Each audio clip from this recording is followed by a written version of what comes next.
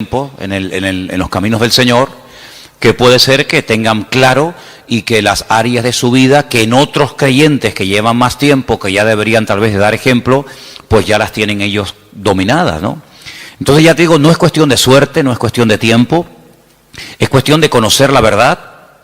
La verdad, tenemos el texto aquí arriba, os hará libres, pero no solamente conocer la verdad, sino aplicarla, porque hay gente que sabe mucho, pero luego no practican lo que saben. Y hemos estado viendo en las últimas semanas que hay una lucha, que es la lucha entre la carne y el espíritu. Vimos un poquito más acerca de esto el domingo por la tarde.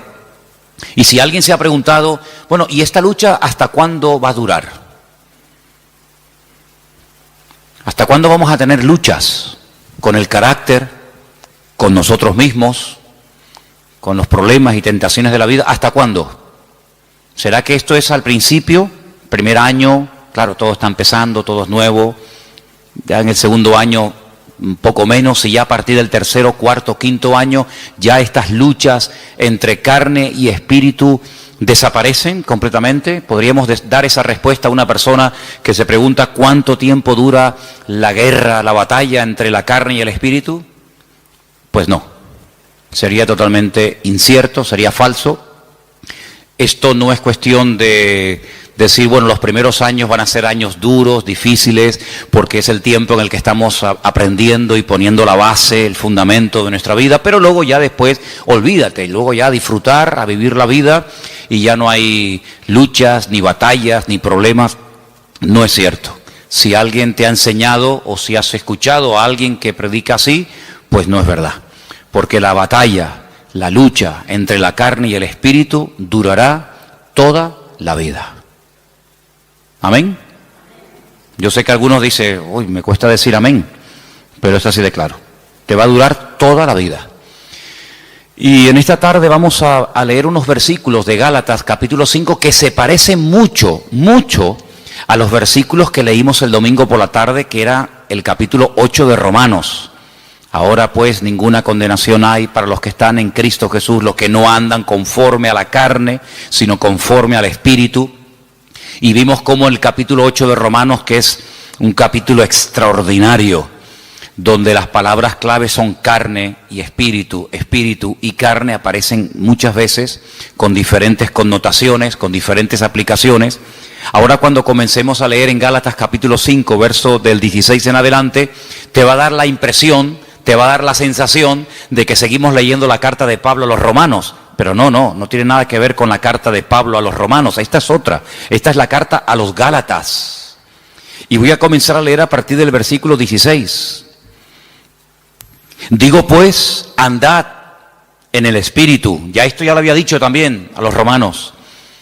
No satisfagáis los deseos de la carne, porque el deseo de la carne es contra el Espíritu, y el del Espíritu es contra la carne, y estos se oponen entre sí, para que no hagáis lo que quisierais. Pero si sois guiados por el Espíritu, no estáis bajo la ley. Manifiestas son las obras de la carne. Y ahora usted, si quiere, las puede ir contando para que usted se dé cuenta cuántas manifestaciones diferentes hay de la carne. Lectura que, por cierto, se leyó también el domingo a la tarde, solamente la volvemos a repetir. Las obras de la carne son manifiestas y son adulterio, fornicación, inmundicia, lascivia, idolatría, hechicerías, enemistades, pleitos, celos, iras, contiendas, disensiones, herejías, envidias, homicidios, borracheras, orgías, y no ha terminado la lista, sino que simplemente la acorta y dice, y cosas semejantes a estas, y que hay más, acerca de las cuales os amonesto, como ya os lo he dicho antes, que los que practican tales cosas no heredarán el reino de Dios. Y ahora cambia completamente el tono.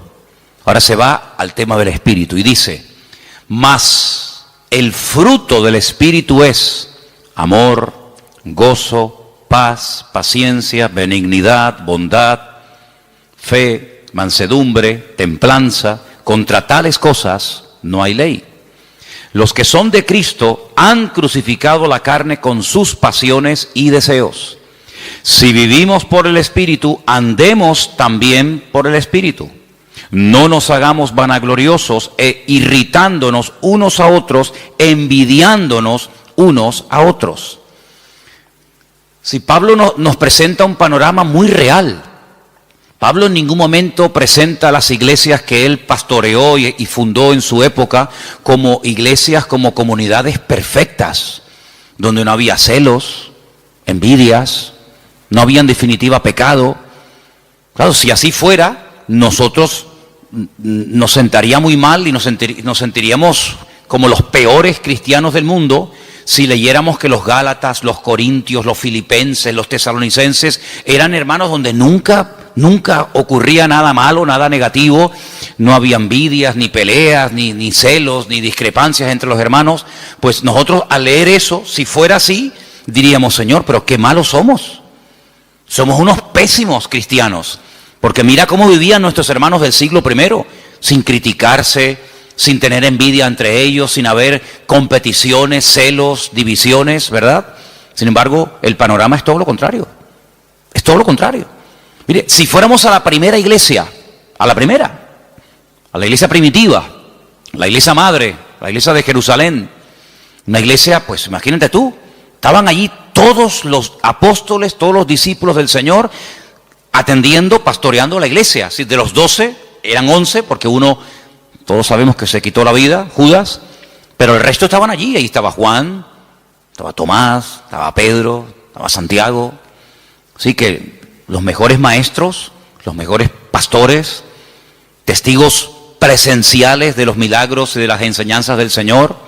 Algo increíble, una iglesia próspera. Dice la Biblia que no había necesitados entre ellos, no había necesitados.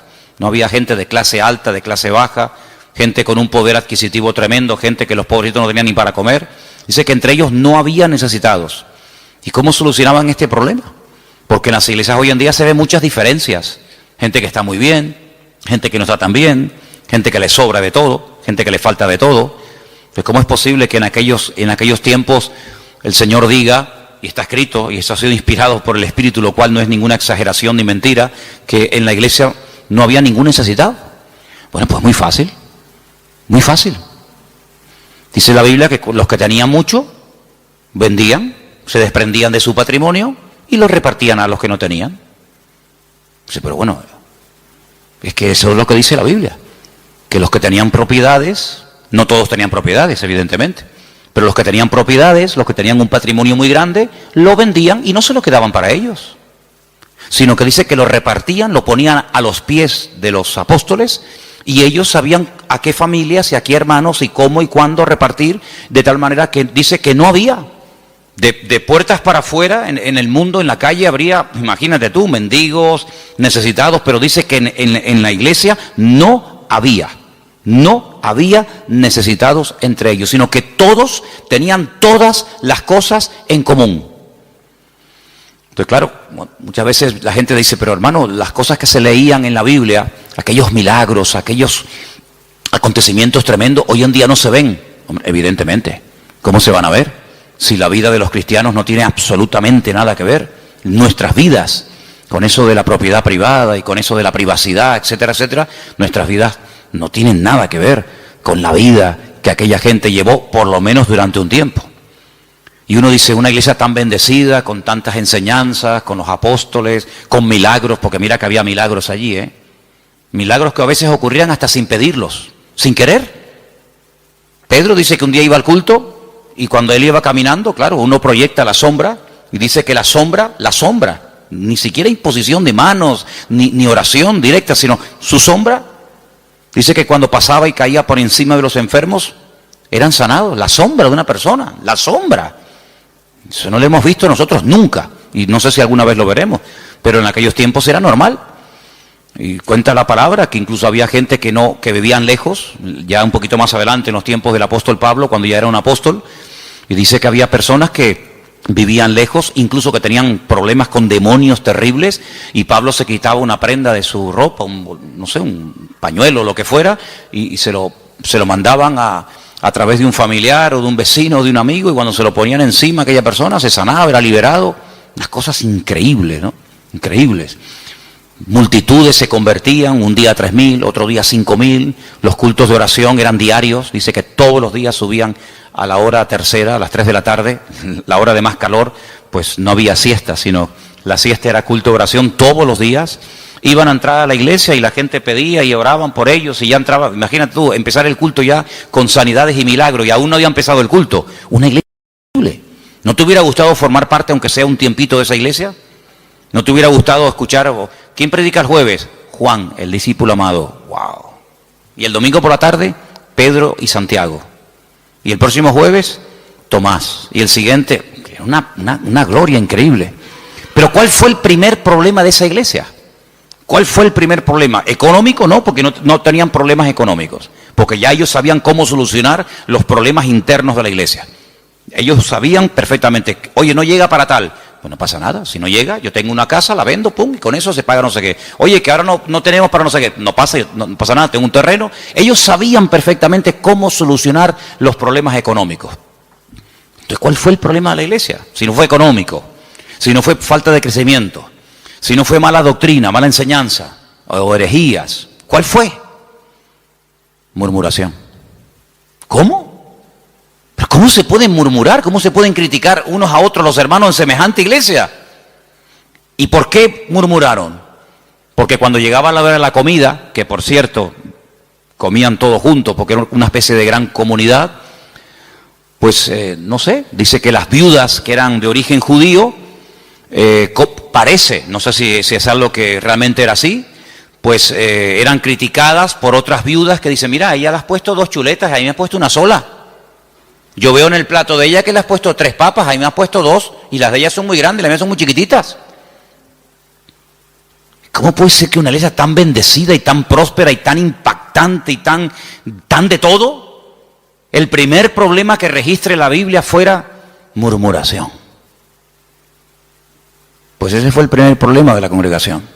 Y de ahí nace la idea de nombrar diáconos, ayudantes, colaboradores, que cuando llegue la hora de la comida, pues ellos sean los que distribuyan y se evite este problema en la congregación, porque no vamos a permitir que por la comida y por la murmuración se frene el avance y se estropee el buen ambiente espiritual que hasta hoy hemos tenido.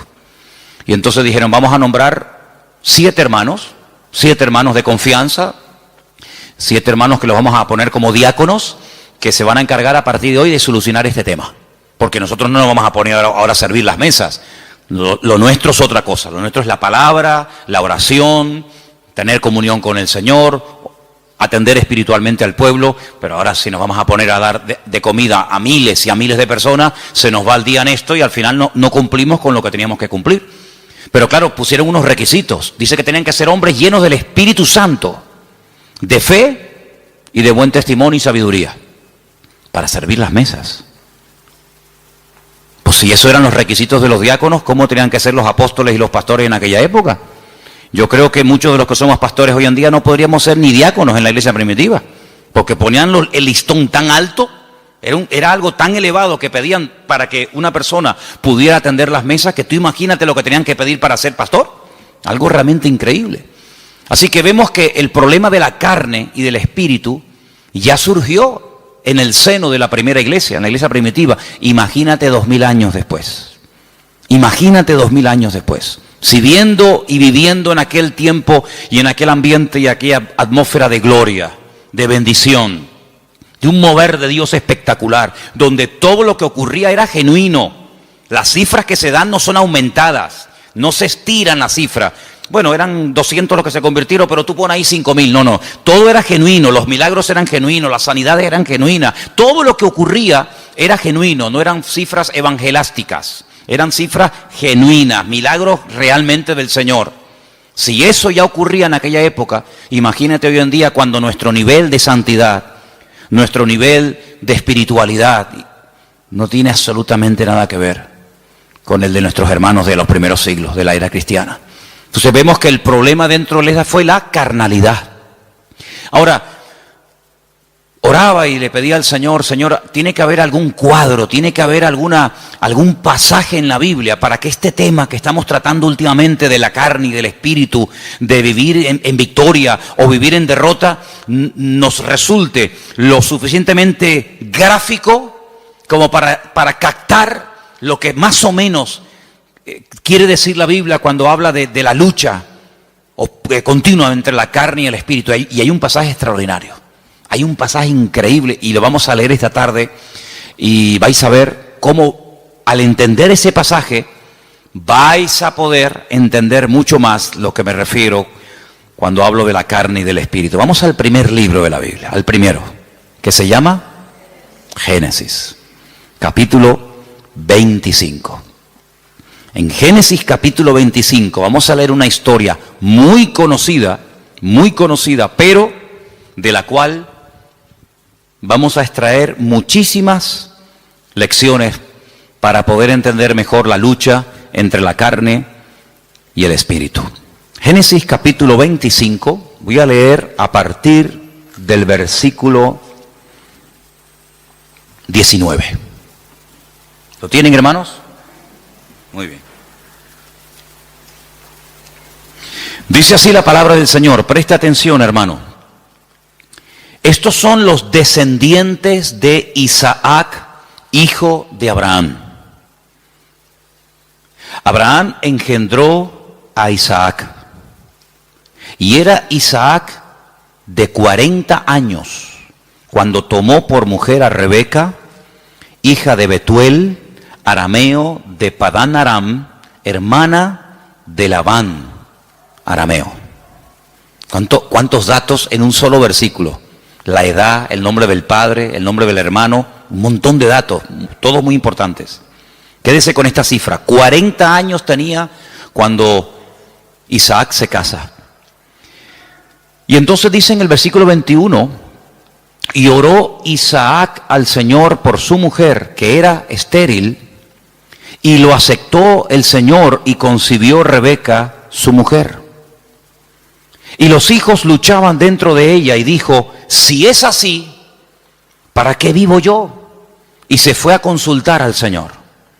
Y el Señor le respondió y le dijo, 2 naciones hay en tu seno, y 2 pueblos serán divididos desde tus entrañas.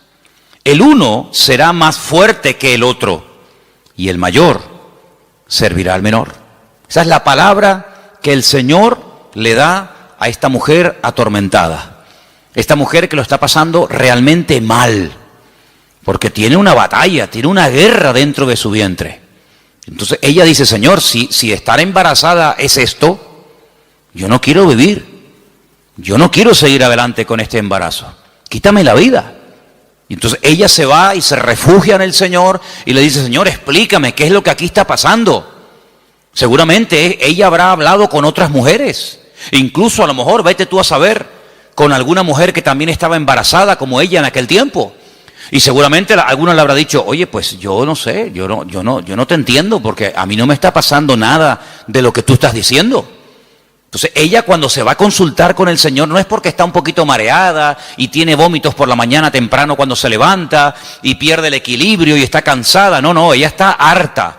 Ella lo está pasando francamente mal, pero va a consultar, va a buscar palabra de Dios. No va a quejarse, no va puerta por puerta, sino que ella va al único que le puede decir qué es lo que está pasando. Ella va al Señor y desahoga su alma delante del Señor y el Señor le habla y le da una palabra tremenda. Mira, no llevas 1, llevas 2. Y son 2 pueblos. Y están peleándose desde tu vientre y siempre será así y el mayor servirá al menor y entonces ya ella más o menos entiende qué es lo que está pasando. Seguimos, versículo 24. Cuando se cumplieron los días para dar a luz, he aquí había gemelos en su vientre. Ya se lo había dicho el Señor, que había 2, no 1. Luego aquí vemos que la primera parte de la palabra, no llevas 1, sino llevas 2, se está cumpliendo. Cuando ella vio salir 1 y vio salir al otro, ella seguramente habrá recordado lo que el Señor le había dicho. 2, llevas 2, no 1, 2. Luego, si la primera parte de la palabra se ha cumplido, prepárate porque la segunda también se va a cumplir. ¿Cuál es? Que se van a llevar como el perro y el gato. Que el mayor va a terminar sirviendo al menor. Que están divididos, enfrentados, peleados, desde el vientre ya están peleándose. Imagínate cuando sean grandes. Entonces dice en el versículo 25 que salió el primero. Dice rubio, ahora hablaremos acerca de eso. Y era todo velludo, como una pelliza. Y llamaron su nombre Esaú. Fíjate que en el versículo 25 dice, y salió el primero. Ahora tendría que decir el siguiente versículo, y salió el segundo, ¿sí o no? Pues no dice eso. Cuando sale Esaú dice, salió el primero, pero cuando sale el otro hermano, dice el versículo 26, después, no dice el segundo, dice después. Salió su hermano, trabada su mano al calcañar de Esaú, y fue llamado su nombre Jacob. Y era Isaac de edad de 60 años cuando ella los dio a luz. Yo les dije que en el versículo 20 dice cuántos años tenía cuando se casó. 40.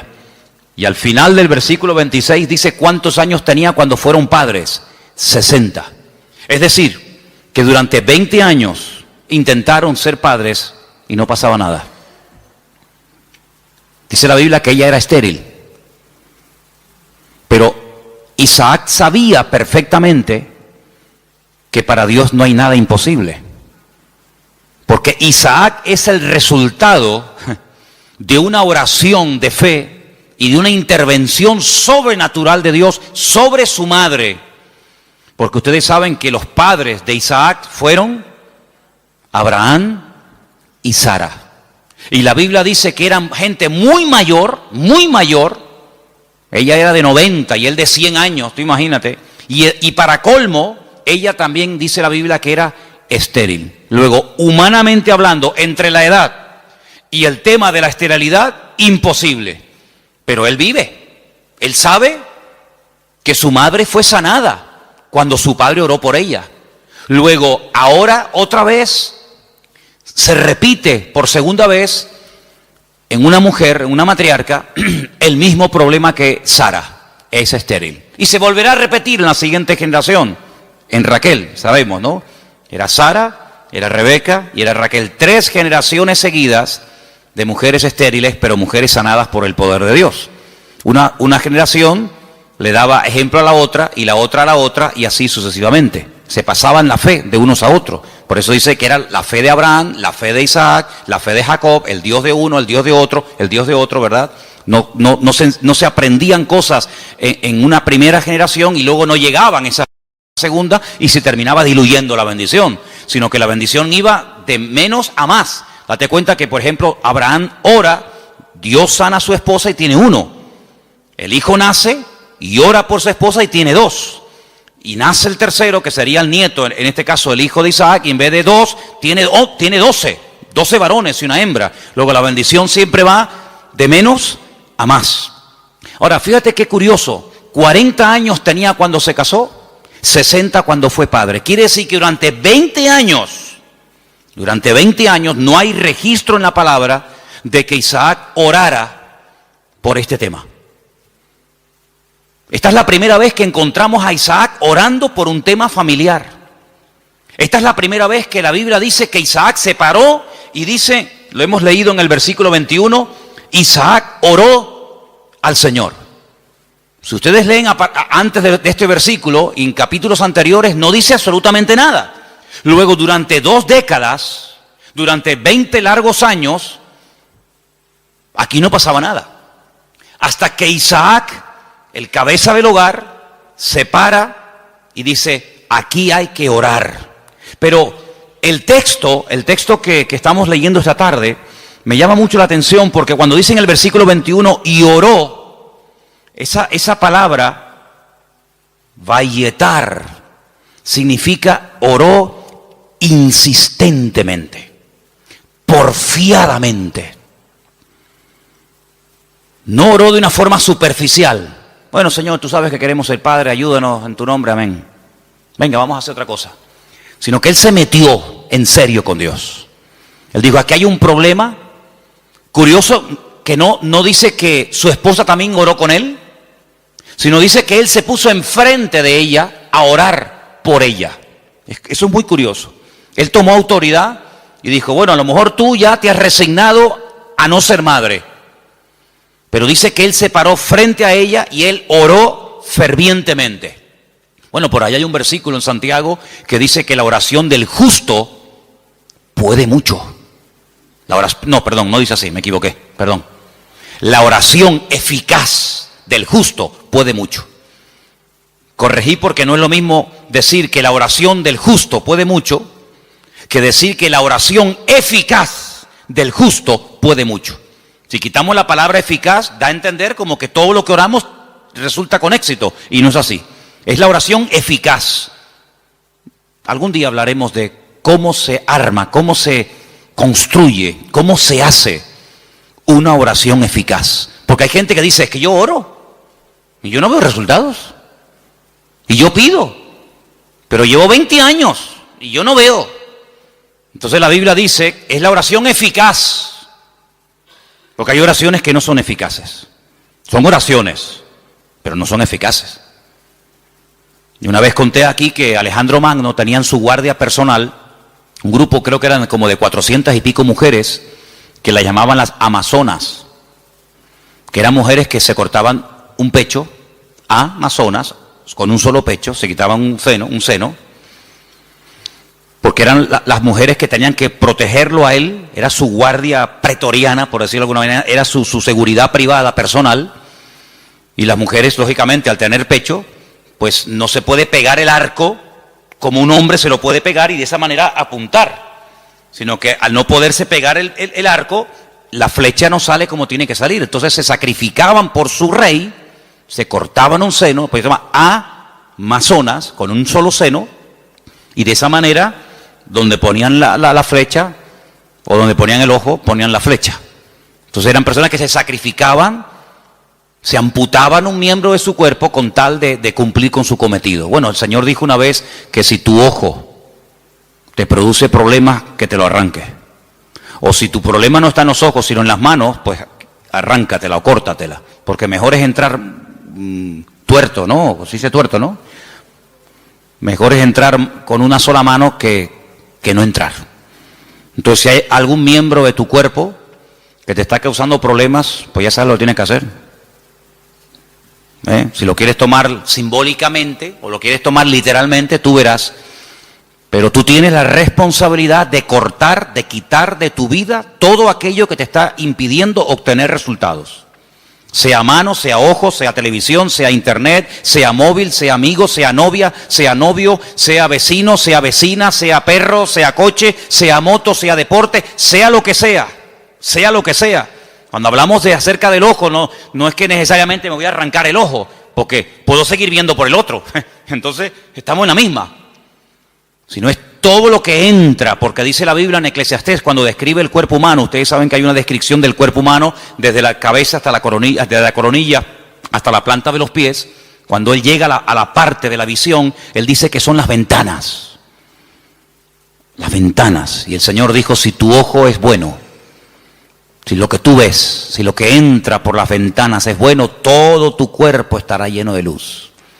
Pero si tú abres la ventana, que son los ojos son las ventanas del alma. Con el alma tú la alimentas con lo que ves. La carne se alimenta con lo que ves. De hecho, lo que ves es lo que después la carne desea. Entonces, de ahí viene el refrán, ojos que no ven, corazón que no siente, ¿verdad? Entonces, cuando tú tienes las ventanas abiertas, pues tienes que saber seleccionar, porque hay cosas que mejor no verlas. Y exactamente es con la mano. La mano es, digamos, el miembro que habla acerca de lo que hacemos. Los ojos lo que miramos, lo que deseamos, lo que anhelamos, donde ponemos la visión, que después nos lleva a la acción, de la visión a la acción. Pero la mano representa la acción en sí misma, hacemos con las manos. Cristo sanaba a los enfermos con las manos, tocaba a los enfermos, multiplicaba los panes y los peces. Las manos son, digamos, el medio, hablando de una forma simbólica de lo que hacemos, de lo que ejecutamos. Entonces, si lo que estás haciendo o lo que estás viendo, lo que está entrando en definitiva en tu mente y lo que posteriormente sale te está causando problemas, tienes que tomar medidas preventivas primero. Si ya no funcionan las medidas preventivas, entonces otro tipo de medidas, pero lo que no puede ser es que la carne esté superando la vida en el espíritu, porque dice la Biblia que los que viven en la carne no pueden agradar a Dios. Y los que son guiados según la carne van a la muerte, a la destrucción. Por lo tanto, hay esa lucha que vemos desde el vientre de la madre de esta mujer, de Rebeca, con estos dos hijos. Ahora, después dice, en el mismo versículo 21, cuando yo he dicho vayetar, significa orar porfiadamente, insistentemente, en el mismo versículo, cuando dice, y aceptó el Señor, ¿lo veis? Es la misma palabra, pero se pronuncia de una forma diferente, vayater. Vayatar. Se escribe igual, pero las vocales se ponen diferentes. ¿Y saben lo que significa eso? Aquí se ha traducido por aceptó el Señor. Aceptó el Señor. Significa que convenció a Dios. Dicho de otra forma, Dios se dejó convencer por la oración de Isaac. Es increíble. Dios se dejó convencer. A ver, ¿qué quieres? Presenta argumentos, preséntame argumentos. ¿Por qué quieres ser padre? No tenemos la oración de Isaac, solamente tenemos el hecho de que oró Isaac al Señor y el Señor dijo, está bien. Pero la oración que hizo Isaac al Señor, qué pena, no la tenemos. ¿Te hubiera gustado que estuviera ahí? Algún día cuando lleguemos a la gloria decir, oye Isaac, ¿puedo hablar contigo un segundito? ¿Me podrías decir más o menos lo que le pediste a Dios cuando querías ser padre? Sí, mira, le dije esto y esto y esto. Tienen que aprender hebreo, si no, no pueden hablar con él. No, son bromas. Pero tuvo que orar de una forma que dice que convenció a Dios. Dios dijo, me has convencido. Ya está, problema solucionado. Fíjate, si en vez de haber esperado de los 40 años que se casó, a los 60, yo pregunto, si hubiera orado a los 2 años de casarse, de esa manera como oró, ¿no hubiera el Señor respondido? Por supuesto. Si hubiera orado cuando tenía cuando tenía 45, 50 años, los gemelos podían haber nacido antes. Pero no hay registro en la Biblia de que Isaac orara a esa edad, con esa intensidad y con ese fervor. Pero sí hay registro en la Biblia, a los 60 años, cuando él ora, el Señor se deja convencer. Los argumentos que presentó Isaac, pienso yo que un argumento podía haber sido este. Señor, tú le dijiste a mi padre que en ti serían benditas todas las naciones de la tierra y que tú le darías un heredero. Y que yo sería el hijo de la promesa. Pero Señor, cuando yo me muera, mi padre vio en mí el cumplimiento de la palabra. Yo soy el hijo de la promesa. Por eso me pusieron Isaac, que significa ríanse, gócense, alégrense. Estaba todo cerrado, estaba todo opuesto. La esterilidad de la madre, la vejez del padre, imposible.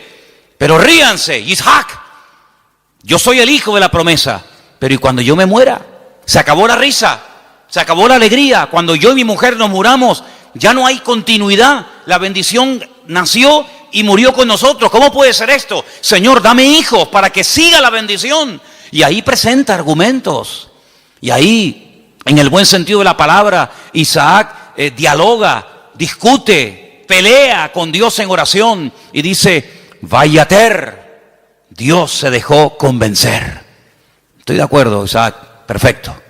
Tu mujer a partir de ahora quedará embarazada. Qué tremendo, ¿eh? Qué tremendo. Si nos tomáramos más en serio, no solo la oración, sino cómo oramos, qué diferente sería nuestra vida. ¿Sí o no? A veces no tenemos suficiente fe. Yo sé que la fe la tenemos que poner en el Señor, eso lo tengo más claro que el agua. Pero el Señor nos ha dado un medio poderosísimo, que es la oración. Si lo usáramos más, si oráramos más fervientemente, y esto no tiene nada que ver con el carácter de uno, porque Santiago, cuando dice que la oración eficaz del justo puede mucho, pone un ejemplo. Uno dice, bueno, oración eficaz de un justo, a ver, ¿quién podría ser? ¿Quién? No hace falta que te rompas la cabeza. Santiago dice, Elías era un hombre, dice, sujeto a pasiones semejantes a las nuestras. Cuando se enfadaba Elías, hermano, sal corriendo, Sal corriendo, que cuando éste se enfada, ora a Dios, te cae una llama de fuego encima y te fulmina, Estaban un día en lo alto de una montaña y el rey dice, llámenme al profeta. Y llega un capitán con sus soldados y le dice, varón de Dios. Así como no le gustó mucho el tonito, no le gustó mucho la forma tal vez como se lo dijo. Y Elías se le queda mirando y le dice, varón de Dios, ¿no? Así como con rintintín. Si yo soy varón de Dios, que quede bien claro y que caiga fuego del cielo, hace ¡uf! Los calcinó a los 50. Hicieron un asado ese día allí en medio del campo. Al día siguiente el rey dice, bueno, esto habrá sido, no sé, una casualidad. Venga, vayan a buscarme a ese hombre. Varón de Dios, venga, date prisa. Sí, si yo soy varón de Dios, que quede bien claro, ¡fum! Ya van 100. Un olor a carne en la atmósfera había terrible, ¿no? Tercer grupo, vayan a buscarme a ese hombre. Cuando llega el tercero se tira a tierra y dice, gran varón de Dios, ten misericordia de mí, por favor, no me quemes. Te pido, te suplico. Así me gusta. Ahí se baja Elías. Así era Elías, amigo. Así era Elías. Alguien dijo en cierta ocasión que si el Señor no se lleva en un carro de fuego a Elías, le prende fuego a todo el país. Porque para él todos estaban mal. Claro, para él todos estaban mal. En un día, mató a 100 soldados. Días más tarde, a 450 profetas de Baal les cortó el cuello en el monte Carmelo. ¿Pero este quién es? Y después hablan los americanos de Rambo. Esto es increíble, es tremendo este hombre.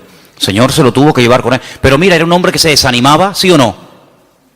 Señor, quítame la vida, estoy harto, me siento solo, este no es mi sitio, no sé qué, orando tontería. Una mujer le dice, mañana como no ponga tu cabeza en un plato, como tú pusiste en un plato la cabeza de mis profetas, y sale corriendo por miedo a la mujer. Claro, si Elías era tremendo, ¿cómo tenía que ser esta mujer? Porque para salir corriendo desde allí hasta donde fue corriendo. Pero dice que era un hombre sujeto a pasiones semejantes a las nuestras. Se enfadaba, se desanimaba, se deprimía, oraba tonterías. Pero cuando oraba, amigo, cuando ese hombre entraba en guerra y en comunión con Dios, no había infierno que lo pudiera detener. ¿Te das cuenta? Entonces aquí encontramos un ejemplo de cómo este hombre ora. La mujer no dice que orara. Bueno, pero que tienes que orar eres tú, que para eso eres el hombre, para eso eres la cabeza. Y tú tienes que traer la bendición a tu casa. Y la bendición viene cuando tú buscas de Dios, cuando tú oras sinceramente. Mira, el peor defecto que puede tener un hombre no es que no predique. Hermana, si su marido nunca va a ser un predicador, no se enfade con él. No todos han sido llamados a predicar. Ese no es el mayor problema de un hombre. El mayor problema de un hombre es que no sabe cantar. No. Hermano, hay hermanos que el Señor los bendiga. Por ahí no van los tiros. Es que a mí me gustaría tener un hombre que cante, ¿sí? Pues mire, le tocó, no hay más, hermana.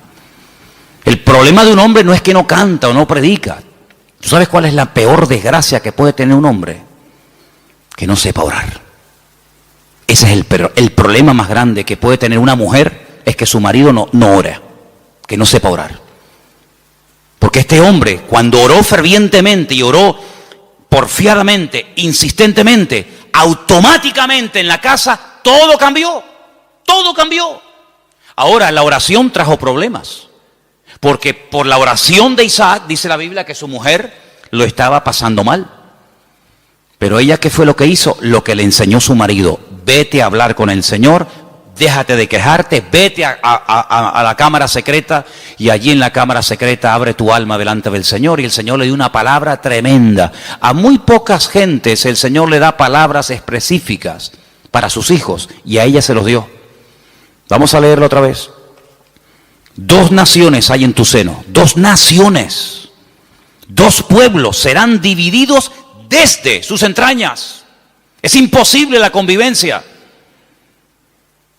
Un pueblo será más fuerte que el otro pueblo y el mayor servirá al menor.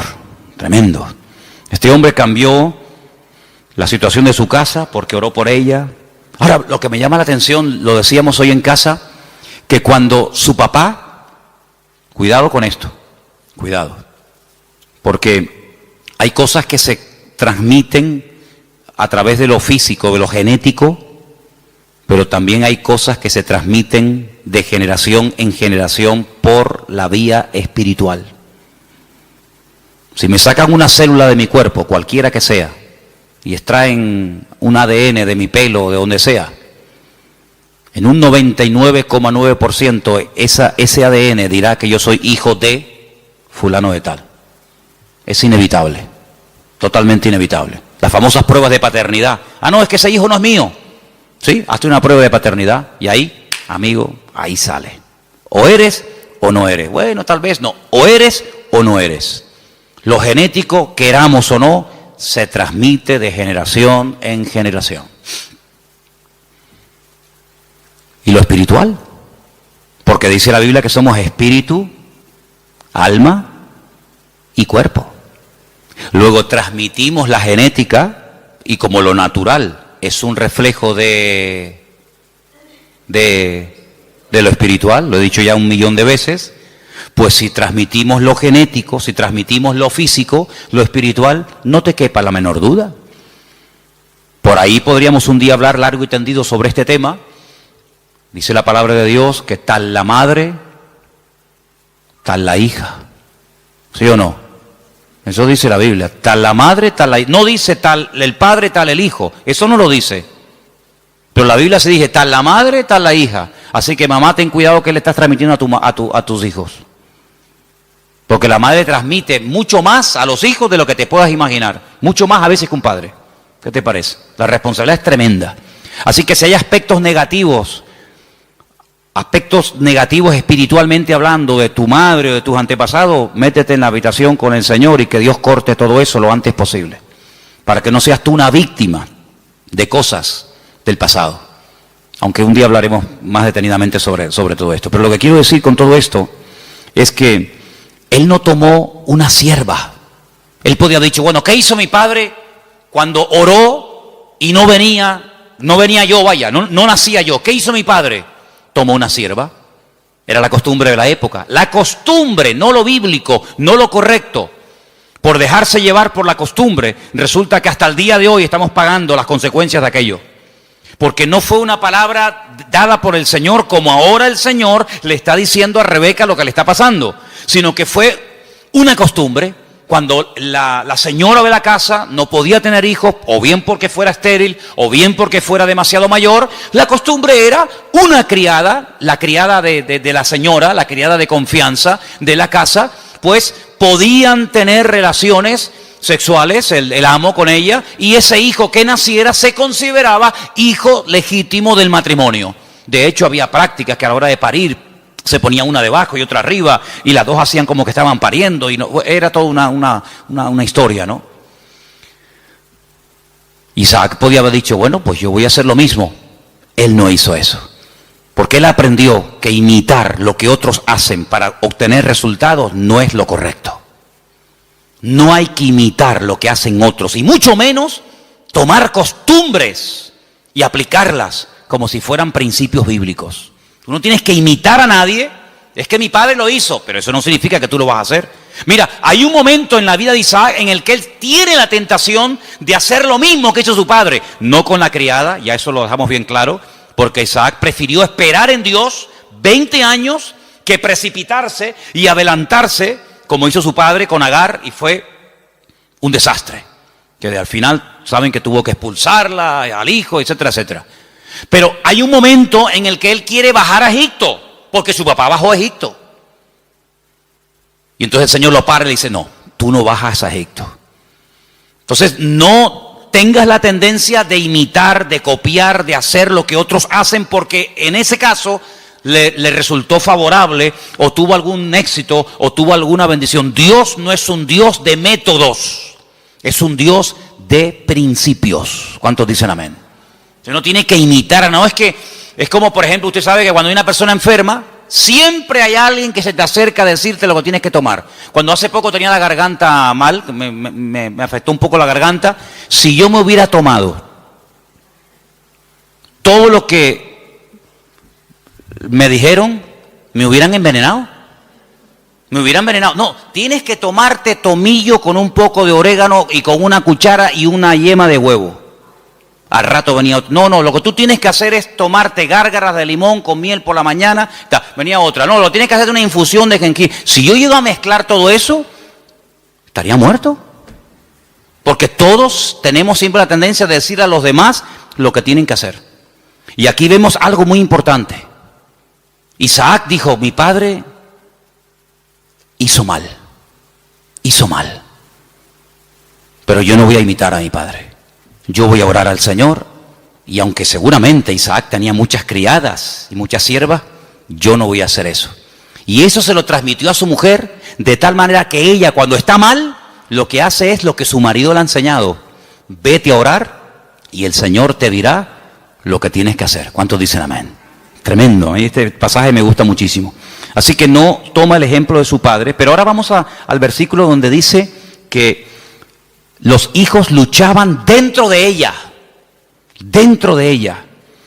Hay otra versión que dice se agitaban. Hay una palabra un poquito extraña en hebreo que es vayitrosasú, algo así, que viene de la raíz ratz, que significa correr, destrozar, aplastar. Se estaban matando los hermanos en el vientre de la madre. No es que decía, échate un poquito para allá, como por las noches, ¿no? Cuando estamos durmiendo, sobre todo cuando hay calor, ¿no? Los matrimonios, cuando hay calor, que dice, échate para allá. Cuando hace frío, dice, échate para acá. No es que quedamos, para allá o para acá, pues depende de la estación. Échate para allá, échate para acá. No es que estaban ahí incómodos, ¿no? ¿Verdad? Sino que se estaban matando. Querían salir los dos antes de tiempo. Se estaban aplastando, se estaban dando una cuerada entre ellos tremenda. Ahora tú imagínate tener dos, si ya uno es complicado, imagínate tener dos que se están matando y peleando el uno al otro. Bueno, el otro día me contaron algo, yo no sé si será verdad o no, pero dice que una madre embarazada denunció a su hijo antes de nacer, porque le estaba dando un mal embarazo. Lo denunció. Y dice que un juez aceptó la denuncia y que cuando salga niño, no sé, lo llevarán a comisaría o le pondrán a la esposa, yo no sé. Denunció al hijo porque le estaba causando problemas al embarazo. Oye, hay que estar de verdad. Después dicen que nosotros estamos locos, pero el mundo está, bendito sea Dios. Denunció al bebé que aún no ha nacido. Imagínate tú, su propia madre. Pórtate bien, que te portes bien, que no te muevas. Imagínate dos peleándose ahí, matándose y pellizcándose y pegándose puñetazos. Es que hay dos dentro. Y uno es completamente diferente al otro. Y ahí es el cuadro que yo estoy utilizando esta tarde para reflejarles la realidad de la batalla que hay entre la carne y el espíritu. Uno tendría que sentirse tan mal como se sintió Rebeca cuando hay esa batalla interior dentro de nosotros entre la carne y el espíritu, que no nos queda más remedio que ir a hablar con Dios y desahogarnos con el Señor. Ella no dijo, bueno, esto es normal, sino cuando en nosotros hay esa guerra, como decía Pablo, Romanos capítulo 7, léanlo, es un capítulo tremendo. Pablo abre su corazón, Pablo se quita la careta y dice, hermanos, lo que quiero hacer no lo estoy haciendo. A veces hago cosas que no quiero hacer. Miserable de mí, ¿quién me librará de este cuerpo de muerte? Lo que quiero hacer no lo hago lo que no quiero y hay una ley dentro de mí. No le eche la culpa a fulano, a mengano. Hay una ley, hay algo dentro de mí Es esa ley que la carne se rebela contra el espíritu contra la carne, igual que Jacob y Esaú, que se mataban y se pegaban el uno al otro. ¿Y qué hizo Rebeca? Se fue a hablar con el Señor. Eso es lo que deberíamos de hacer cuando nos sentimos mal, cuando queremos orar, pero no quiero orar. Cuando quiero leer la Biblia, pero no me da la gana de leer la Biblia. Y cuando quiero que Dios me bendiga, pero ya no quiero saber nada de Dios, me tiene cansado. Y cuando quiero ir, pero ya no quiero ir. Cuando hay esa lucha, no te resignes y digas, bueno, seré que soy raro, seré que soy un bicho extraño. No. Lo que tenemos que hacer es lo mismo que hizo Rebeca. Señor, ¿qué pasa? ¿Qué me está pasando? Señor, háblame, ayúdame. Porque si no me ayuda, quítame la vida. Porque esto no es vida ni es nada. No lo dijo, pero casi probablemente estuvo tentada a decir, es que yo estaba mejor antes que ahora. Yo estaba mejor antes cuando era una mujer estéril, sin hijos, que ahora que tenía que estar saltando alegría por estar embarazada. Pues antes yo vivía y me sentía mejor que ahora. Ahora que me has bendecido, esta bendición me está trayendo unos problemas terribles. No dijo todo esto, lo estoy diciendo yo, a ver si me entienden. Pero ¿cuántas veces puede pasar por nuestra mente? ¿Cuántas veces nos pueden cruzar los cables por nuestra mente y decir, ¿y ahora qué? Ahora, y lee la Biblia y vas a la iglesia y no sé qué, y te das cuenta. El diablo es tremendamente cruel con nosotros. Y nos hace ver un panorama irreal, pero lo pinta de tal manera que parece que es real. Tremendo. Ya se lo dijo el Señor, solamente te quiero pedir una cosa, que te postres y me adores. Y si lo haces, mira qué fácil, te postras, me adoras y ya está. Te doy todos los reinos de la tierra. Y el diablo es lo que quiere. Detrás de toda tentación, detrás de todo ataque, siempre está lo mismo. Claudica, tira la toalla, ríndete. ¿Y qué es rendirse? Es darle la razón al diablo. Pero dice la Biblia, sométete a Dios, resiste al diablo y huirá de vosotros. ¿Cuántos dicen amén? No dice, no, yo me someto a Dios y el diablo huye. Es que no dice eso. Es que no dice eso. Como tú te estés montando una vida cristiana diferente a los principios que dice la palabra, te vas a llevar cada palo, te vas a llevar cada desilusión, porque ves que haces cosas y no funcionan. Y no hay nada peor que hacer algo y ver que no funciona y te enfadas con Dios. Someteos a Dios, someterse a Dios. ¿Qué es someterse a Dios? Habrá que explicar a estas alturas lo que es someterse a Dios. Hermano, rendirse a Dios sin condiciones. Es que yo siento, es que yo creo, es que a mí me parece, es que yo haría. Someterse, rendirse. Tú has perdido la guerra, el que manda soy yo. No me digas a mí dónde tienes que vivir, cómo tengo que vestirte, cómo tengo que tratar, porque tú te has rendido. El que he ganado soy yo, y el que gana la guerra le dice al vencido cómo tiene que hacerse las cosas. No me vengas a poner condiciones. Someterse a Dios, rendirse a Dios. Ya no vivo yo. Muy bien, perfecto. Ahora que te has sometido, ahora que te has rendido, ahora puedes resistir. ¿A quién? Al diablo. Y huirá, tiempo futuro, huirá. Pero no me dices cuándo, no.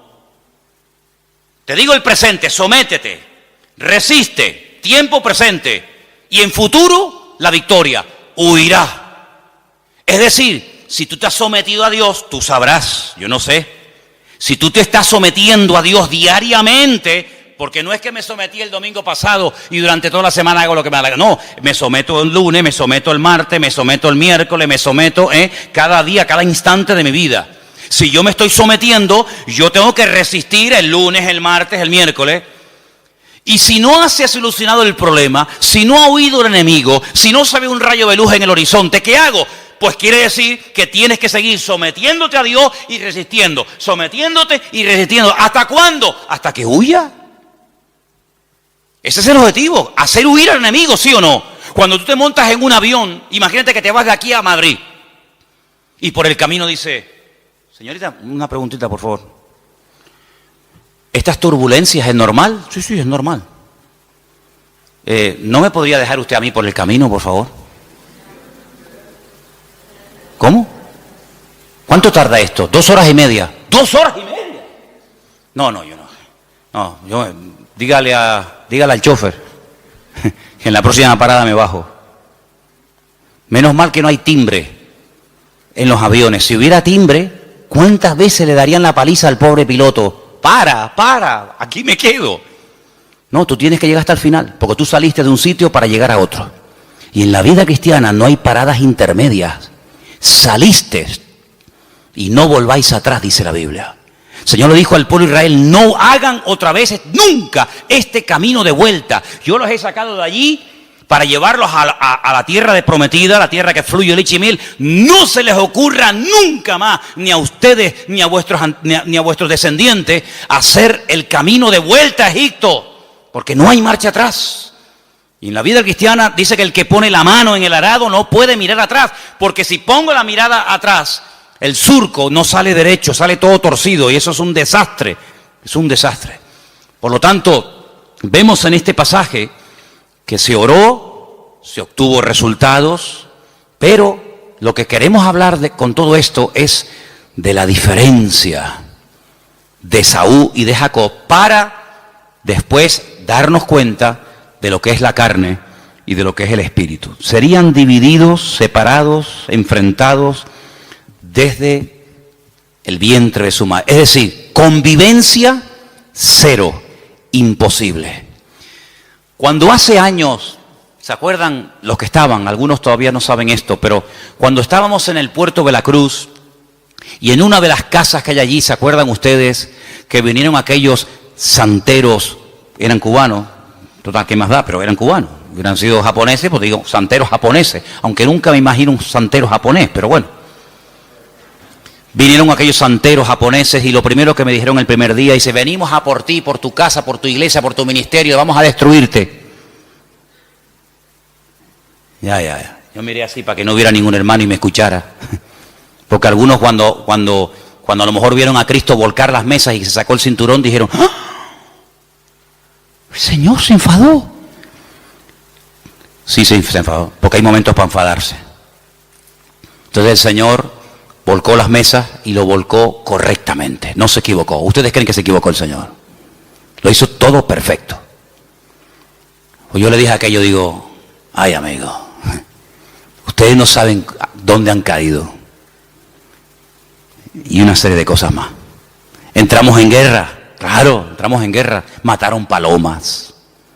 Me iba por las mañanas allí, tenían todo el patio lleno de huevos, de plumas, de sangre, un pavo degollado, velas negras, cocos, no sé qué. Y yo digo, tú sigue haciendo lo que quieras.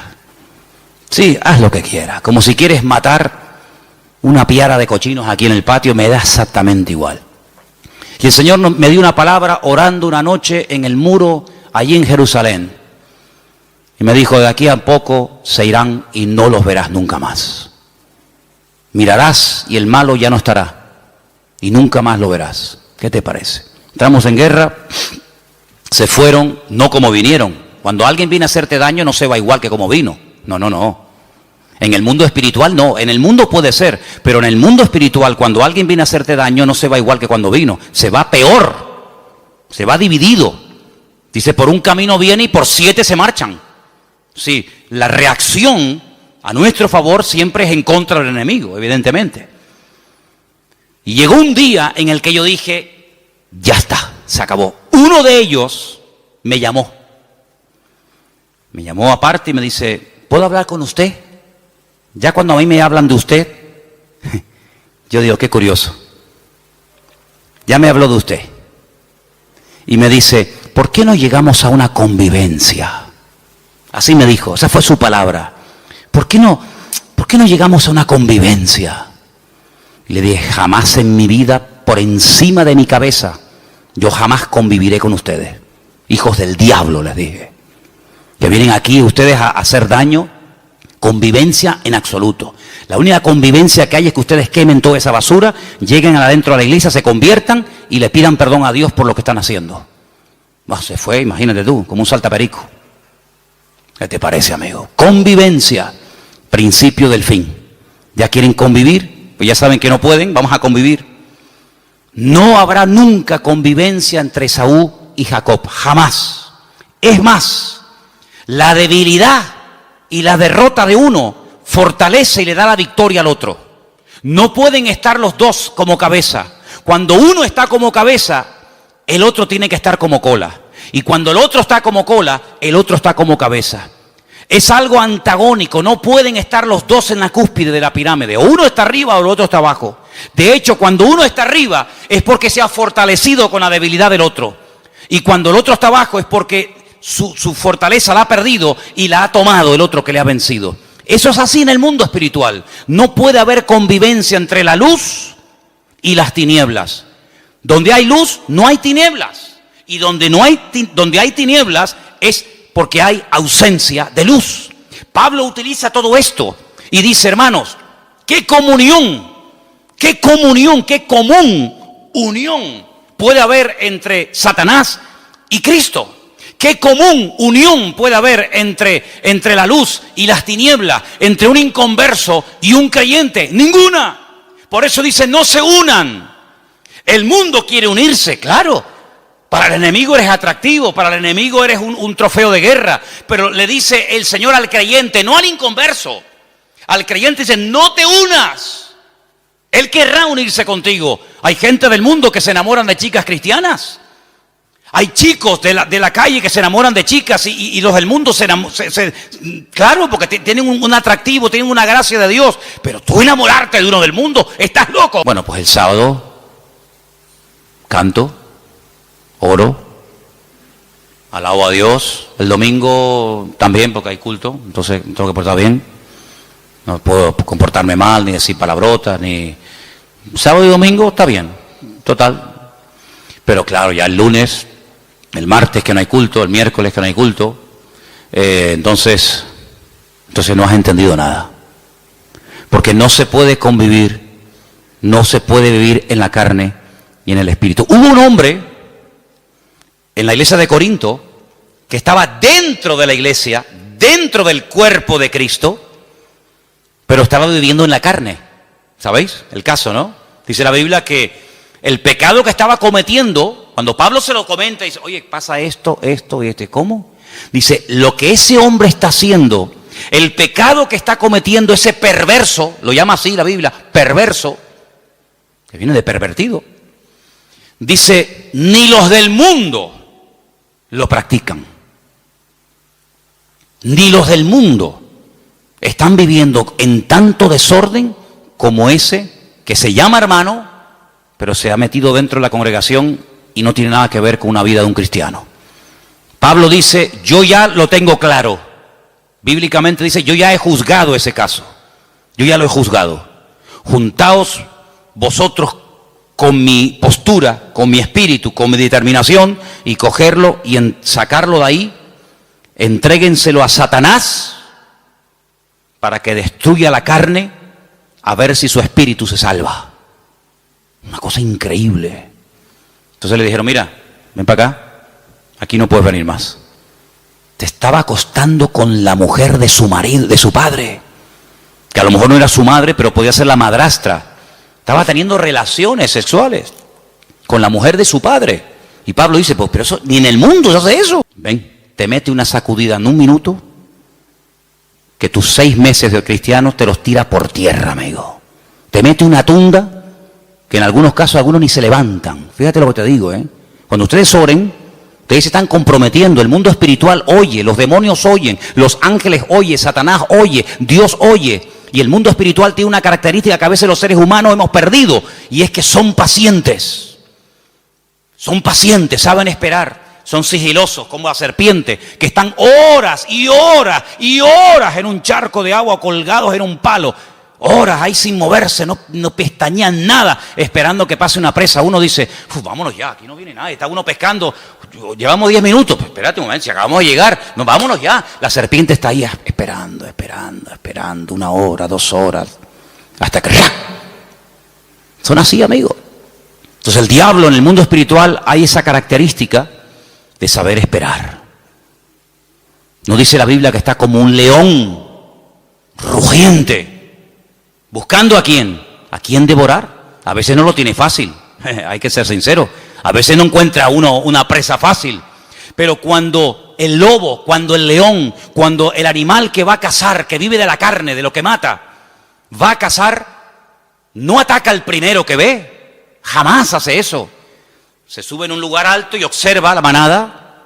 Hay 3.000 ñus, 200 cebras, 400 antílopes. ¿Y a dónde ataco? ¿A dónde voy?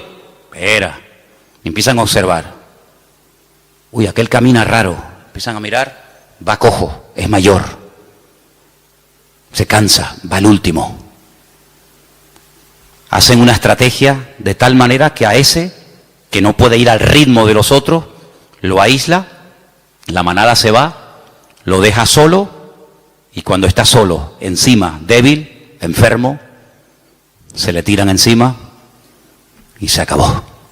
El diablo es un ladrón que viene a hurtar, a matar y a destruir. Lo que le da fuerza al diablo en un país son los carnales. Lo que le da fuerza a los demonios en una nación, en un continente, son la gente carnal. Y por eso lo que tenemos que hacer es sacudirnos de la carnalidad. Porque la próxima semana, tal vez el domingo, la segunda parte del mensaje, veremos a dónde se llegó en la relación entre hermanos. Ya era insostenible aquello. Y entonces nos damos cuenta de que Esaú, el carnal, el malo, tenía una cosa que necesitaba urgentemente Jacob para poder triunfar en la vida. Y entonces vamos a descubrir qué es lo que tiene el mundo, qué es lo que tiene Esaú, que a nosotros nos interesa quitárselo, pero cuando se lo quitemos, ahí te quedas, Esaú. Entonces, hermanos, eso es lo que significa pelear la buena batalla. Se dan cuenta que hay tanto material, se dan cuenta que hay tanto tema, pero lo importante es que le digas al Señor otra vez. Sé que el domingo te pedí que lo dijeras, pero otra vez te pido que hoy lo hagas. Señor, no quiero vivir en la carne. Cierra tus ojos ahí donde estás. Quiero vivir sometido al Espíritu. No quiero el espíritu de Esaú. No quiero ser un carnal. No quiero ser una persona que menosprecia las bendiciones, sino que pelea para obtener las bendiciones de Dios. Isaac cambió su casa cuando oró y obtuvo resultados en el nombre del Señor. Y hay cosas que tú tienes que tomar autoridad y pelearlas